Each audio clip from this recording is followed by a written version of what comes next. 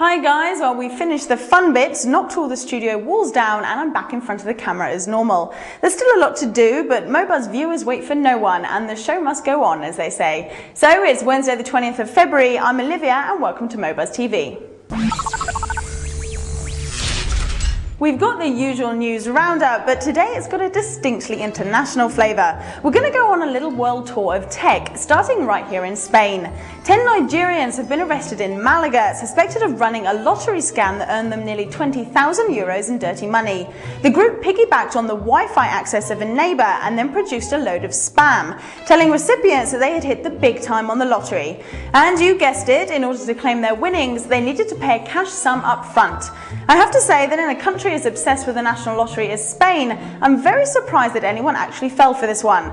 But absolute stupidity is always a little surprising, isn't it? Okay, moving north over the border into France, there's other interesting things happening in the land of croissants, snails and café au lait, apart from President Sarkozy's latest romantic adventure.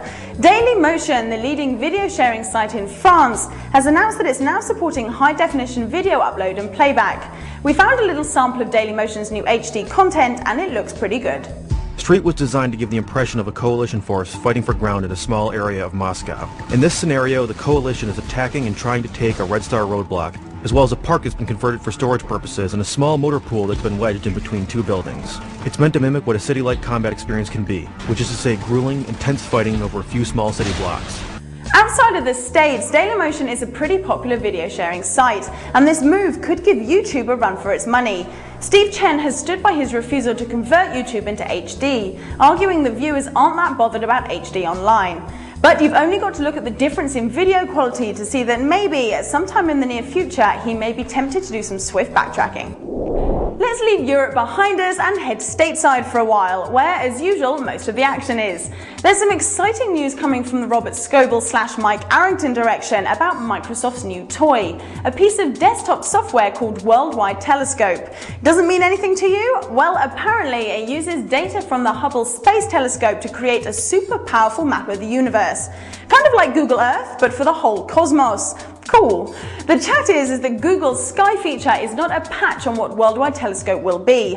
It's going to be launched at the TED conference in California at the end of the month, and the proof, as they say, will be in the pudding.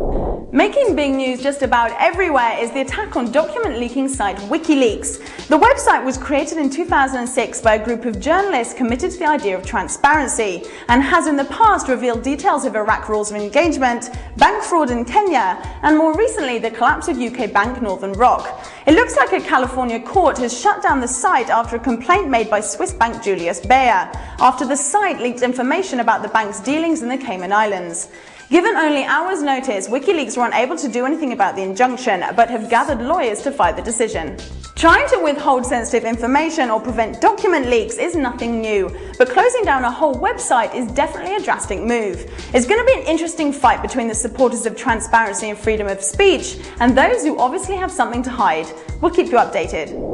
Speaking of transparency, freedom of speech and general personal liberty, North Korea has made a bit of a shock announcement. It's planning to lift its mobile phone ban in April, according to a source in Beijing.